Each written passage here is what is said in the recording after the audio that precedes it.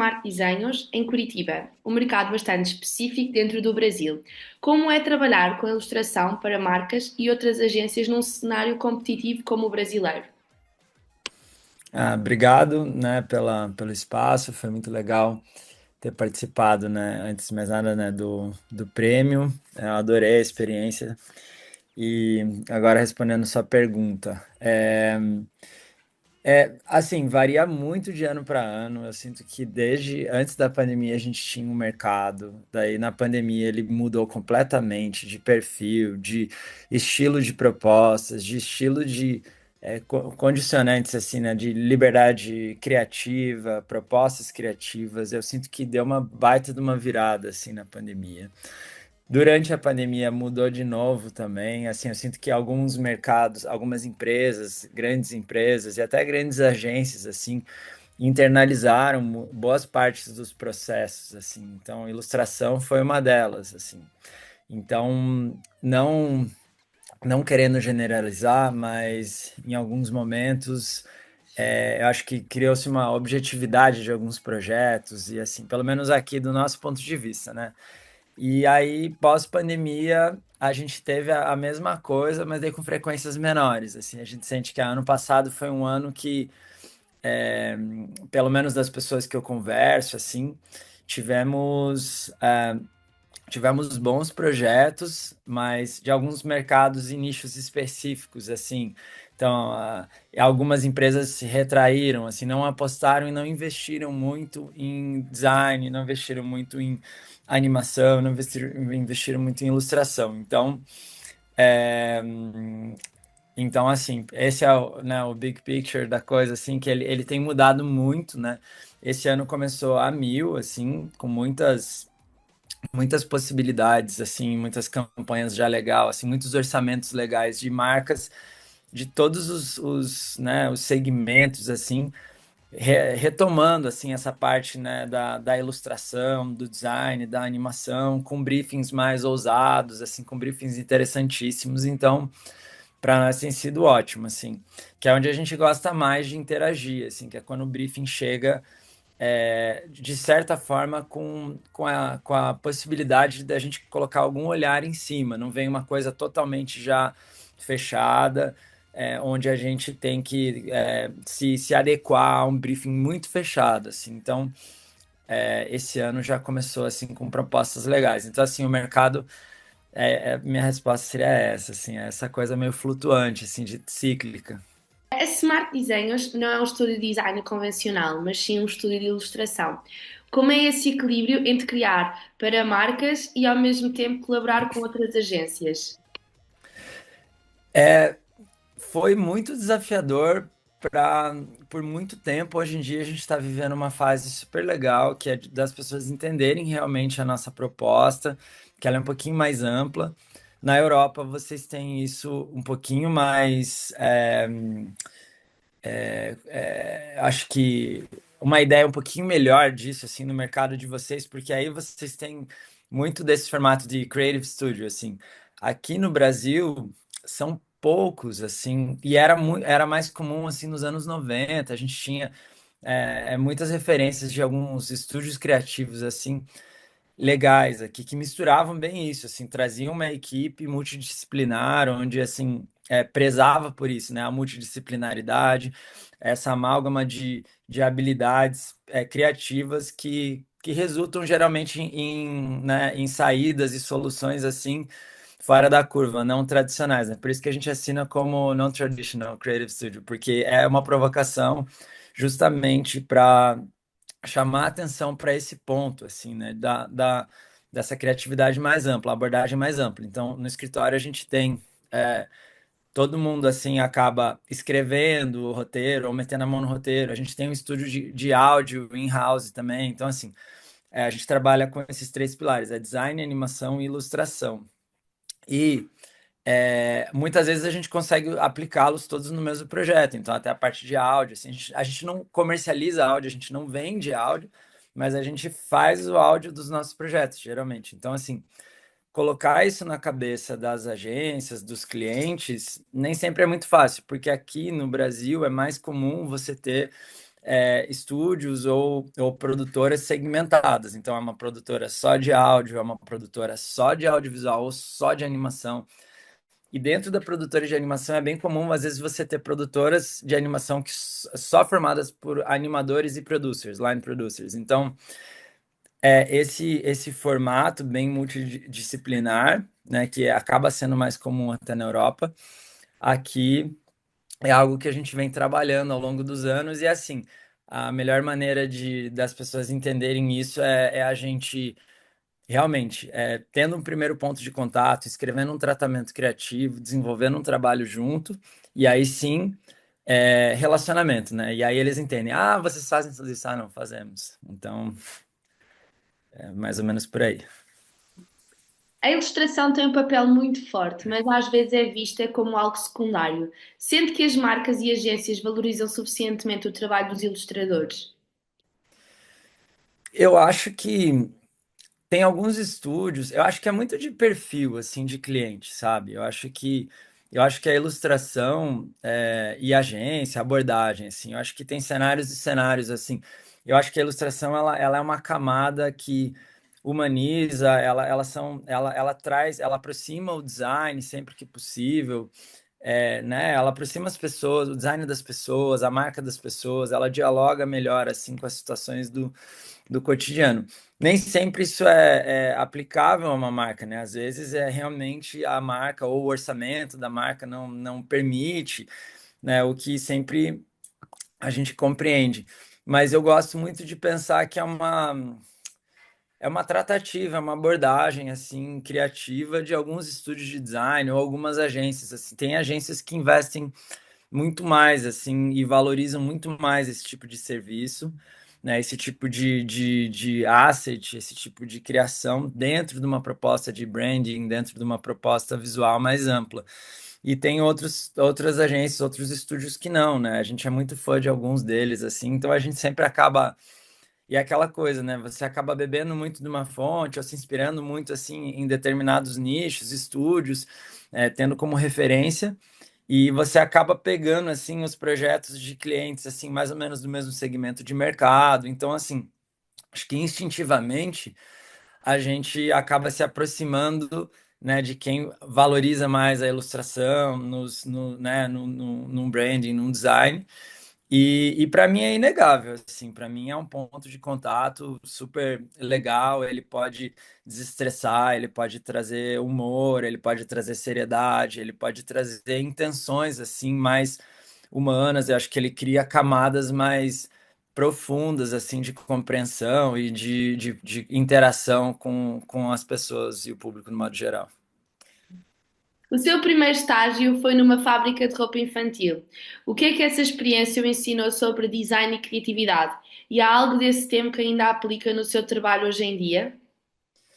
Super. Olha, foi uma experiência muito legal, assim, eu acho que sempre a maioria das experiências tem uma lição, assim, algo de valor, assim, que a gente traz. Então, a primeira delas foi entender que eu não queria trabalhar com aquilo. Então, é muito importante, às vezes, você entender falando, olha, você aprende a fazer, você cria uma imersão ali no ofício, você entende o que que é aquilo, para depois decidir falar, eu acho que isso não é para mim, sabe? Mas, assim, você se propõe a fazer aquilo. Então, e tem às vezes, né, casos, às vezes a gente demora anos ou demora muito, assim, para descobrir que você não quer muito fazer aquilo. Então, assim, para mim já, eu já aprendi que eu não queria trabalhar com um design é, mais denso, um design mais arte final ou algumas coisas de print design que eu não tinha muita, ou me batia muito para fazer. Eu queria trabalhar mais com a parte de criação, uma parte mais de conceitualização, é uma parte um pouquinho mais teórica do design, de cor, de posicionamento e de algumas escolhas, assim, mais do que uma execução em si. Então, e também já aprendi que eu não queria trabalhar com demandas e pautas, assim, sempre que possível, muito urgentes, assim, aquela coisa de dar muita vazão a muito material muito rápido, por conta de, temos um evento, temos uma questão assim de design. Então, o meu estágio serviu muito para isso, assim, para identificar a minha afinidade assim dentro do design, dentro da parte criativa, o que que eu me encaixava melhor, assim, o que que eu gostava mais de fazer também. Tem uma ligação com a área social como co-founder and VP da Barca Sorriso, uma ONG que combate a pobreza em comunidades vulneráveis. Como é que essa experiência influencia a sua visão do design e da criatividade? O voluntariado em si e estar imerso numa área que não tem absolutamente nada a ver com design, né? Porque é atendimento em áreas isoladas e remotas, né? Na área da saúde, basicamente de odonto e medicina também agora. Mas ao mesmo tempo isso vira puro design depois, assim, quando você, porque é você entender um sistema que é uma comunidade baseada em pessoas, né, com suas rotinas, seus gostos, suas tradições, né, respeitar isso como uma premissa, como se fosse um briefing, assim, ah, não, isso aqui é intocável, isso aqui eu tenho que atender, essa necessidade eu tenho que acomodar aqui e superar os desafios, então, assim, logísticos, né? Então, eu trabalho muito na parte de estratégia, logística, posicionamento, uma parte até mais política, assim, da coisa, e de gestão de pessoas também, que é puro design, né? Você tem que lidar com pessoas o tempo inteiro, equipes, às vezes grandes, hora pequenas.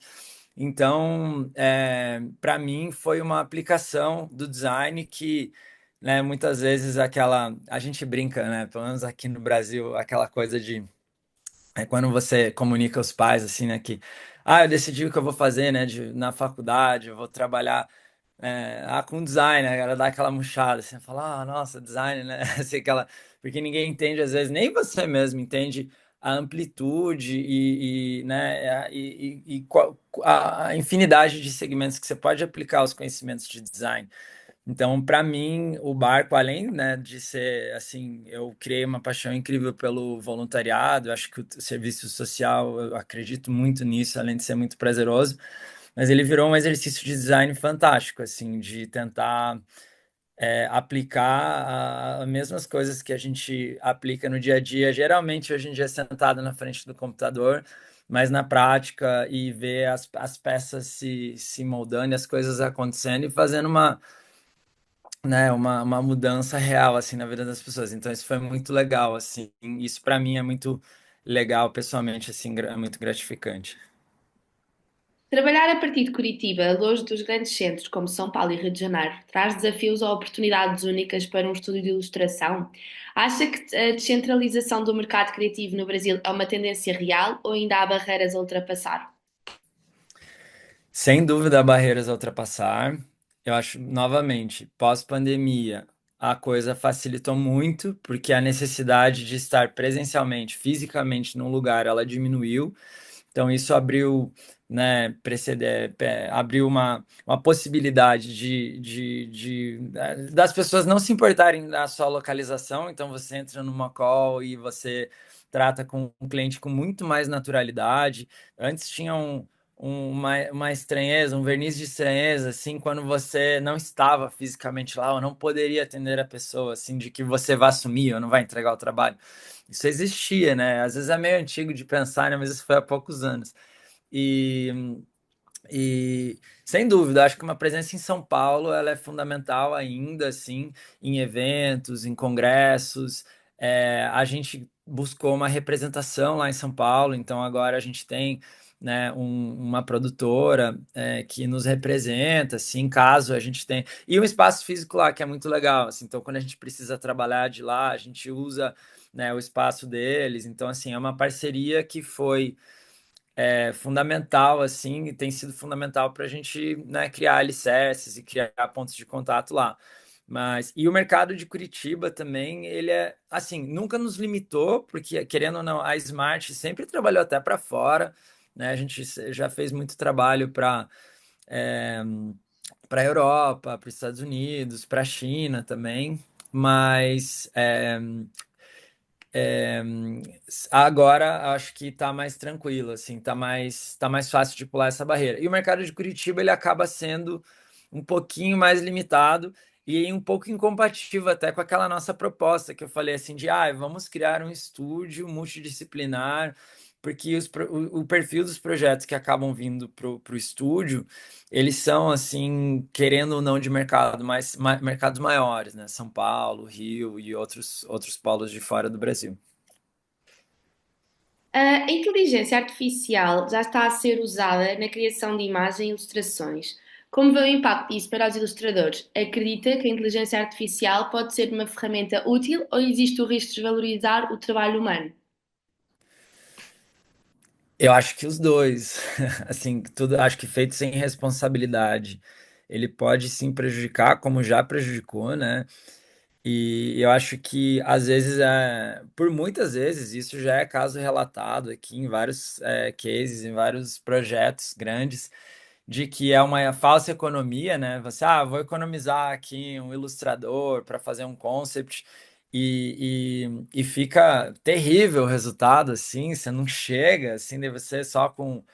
E eu já testei várias, eu sempre acompanho, assim, né, a evolução da inteligência artificial, e hoje em dia a gente fala muito sobre isso, mas a gente já usava ela há muitos anos, né? A gente já usa a inteligência artificial há muitos anos, assim, em várias pequenas etapas do processo, né? Principalmente de composição no After Effects, no composição de Photoshop. Isso já era usado há muito tempo, mas eu acredito que é uma baita de uma ferramenta que ajuda a gente a tangibilizar algumas ideias de forma mais barata. É, eu acho que ela não substitui o trabalho de um artista que investe, por exemplo, em linguagem, ou um artista que te dá um respaldo pessoal ali ainda, né? A gente não sabe o que está por vir no futuro, e eu acho que daí também é uma questão de escolhas, é uma questão de. Eu tenho certeza que vai ter perfil de projetos onde as pessoas não vão querer investir em inteligência artificial, e principalmente de uma coisa bem legal que você comentou na própria pergunta, que do respeito para com os artistas. O começo da inteligência artificial foi muito conturbado, assim, violação de direitos autorais, né, os bancos de dados sendo alimentados por obras e inputs criativos de pessoas que não autorizaram isso.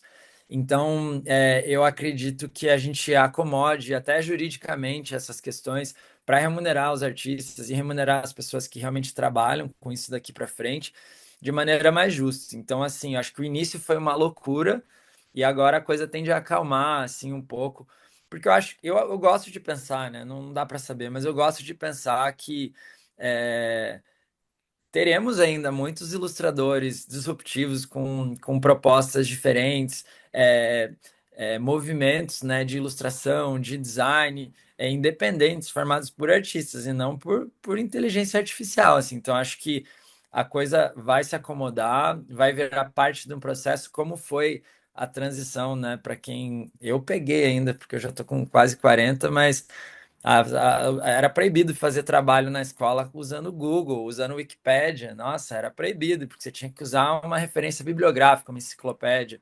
Hoje em dia é inadmissível pensar isso, né? É uma limitação muito grande, assim. Então eu acho que vai ser, espero que seja mais ou menos por aí, assim.